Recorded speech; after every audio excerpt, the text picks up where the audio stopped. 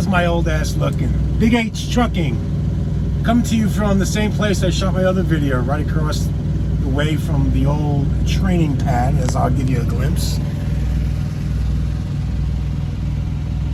It's my buddy Scott. Scott, say hi.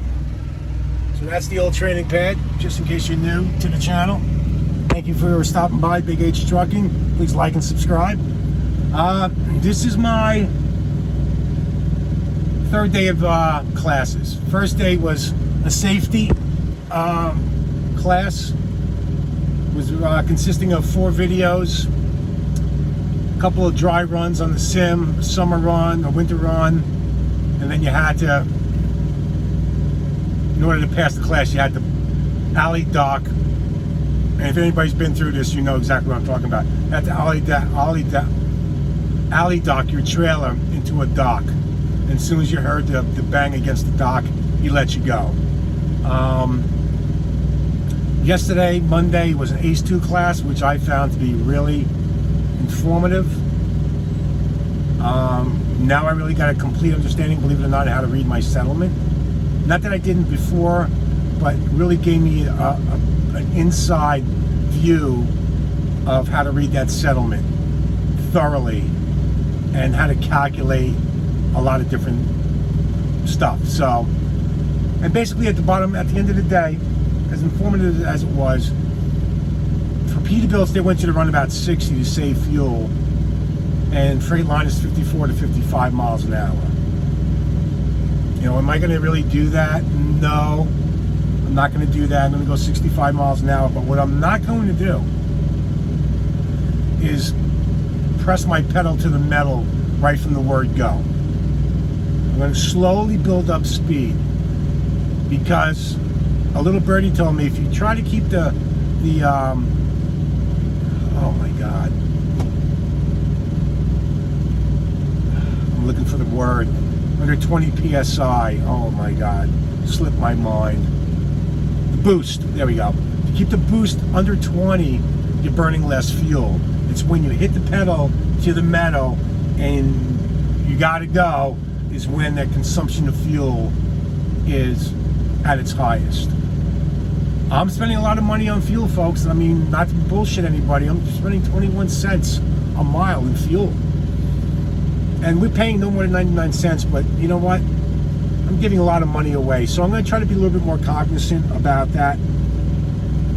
Just using the pedal lightly until I get up to speed. Because I'm used to just slamming the pedal to the metal and getting up to speed as quick as possible. So I'm gonna cut back and see if that helps over the course of 4 weeks. My miles per gallon is averaging 8.2 over the last 8 weeks, so it's not bad, but I'm still really low on your fleet manager's list of drivers that he has in his fleet. If that makes any sense.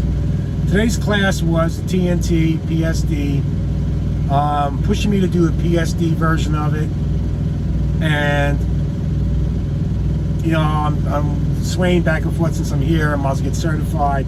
I don't necessarily have to do the PSD, but at least I'm certified when I'm taking it. Made a few good points. You get the student from day one, and you groom them correctly. They jump right into TNT, and you're off running loads from day one because you've already groomed them. You know, he's saying where people are complaining as a lease driver not making money is the fact that they stay on the pad and train them. He said when he was doing it, he never stayed on the pad. He would come back for a day before the exam and just rehearse a couple of things, but basically his training was done at shippers, receivers, and truck stops. Good point, valid point, but you know, let's be frank, how many students are really gonna, you know, get it from the inception to the end? You know, I want to start slow. I want to crawl before I walk and walk before I run. Start with TNT. There's 190 students on the list right now. Let me grab one of them, run a test. I'm not going to judge it on the first or second one, but after three trainees, I should have an idea whether or not this is going to be something I do. Not year round, because I'm certainly not going to bring a new person out in the snow. because I do a lot of Northeast driving and whatever. There's a lot of snow up there. It's no different than being in the West Coast.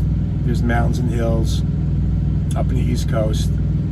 But so I think before I leave here on Thursday, I should be matched with a student, whether or not they're in-house or whether or not I gotta go pick them up, because they try to match you up with location. My location is Pittston, so I'm hoping that they have somebody along the way that I can grab a load, drop the load, and then go pick them up. I've got to take another class tomorrow. It's a logs class. I was one of the guys on the list to take that comprehensive logs class, which I have no problem. Part of today's class was logs.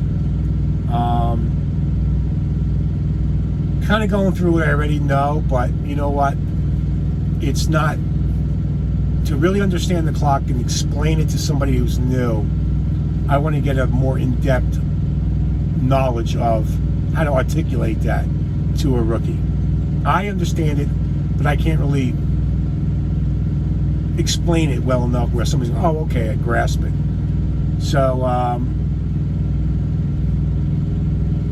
tomorrow morning there's a truck inspection, and I've cleaned out. When I went on home time, I took out some of the bulk stuff. As you can see, I run a tight ship, I'm clean. Believe it or not, the stories that I was told today about how some people keep their trucks is absolutely mind-blowing. But I've seen it with my own eyes, not only from my company, but other companies. And shame on you for keeping your truck like a junk wagon. It takes 5 minutes to throw garbage out. You know, I bring a vacuum with me on board, so I have access to a vacuum. I have detail spray, so even though I'm a smoker, I do keep my windows open while I'm smoking. I don't smoke in the back, and I constantly wipe down my truck. Inside the windows, on both the windshield and the door mirrors, door windows.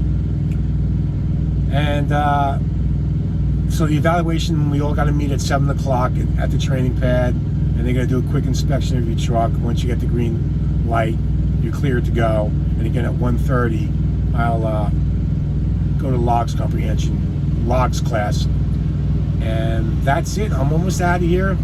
I guess lucky, blessing in disguise, the winds here right now are probably gusting about 50 miles an hour. It's absolutely a kite flying day here in Missouri, and there's a hell of a storm coming through, so luckily I'll miss that. And if anybody's out in the elements, please be careful, because these winds are no joke. They're talking about nighttime tornadoes, and it's not going to be pretty moving from, say, Missouri on east after tomorrow afternoon. So I'm about to take a shower, eat, hang out with my buddy Scott. I'm going to do some laundry, finish tightening stuff up, and hit the sack and rinse and repeat. I'm looking forward to my fleet manager will be in tomorrow. He's been working off site for the last couple of days. So I'll finally be able to meet him after 26 months being on his fleet. I've never met the guy. I've only talked to the guy about 5-6 times, and that's a good thing. If they're not calling you up and you're not calling them up, it's a good thing. So I just want to give you a quick update. Please, guys, if you're anybody looking to come to Prime, please use me as a referral. My driver's code will be in the description. It's Z as in zebra, G as in George, ORHE. It's a great place. Not BSing it. I don't need to sugarcoat it. You guys make your own decisions and do your own research, but they're really thorough on their training. You know, they want safe, good drivers. And if you feel like you've got what it takes, come on down. No one's saying you have to stay here forever. It's a great company, whether you want to stay here for 20 years or whether you want to get your license, get your experience for a year or so and then move on. There's no better place to come and learn how to drive a semi. So with that being said, Big H is out. Have a great day. Thanks for stopping by. Please, again, like and subscribe. Until the next one, peace out.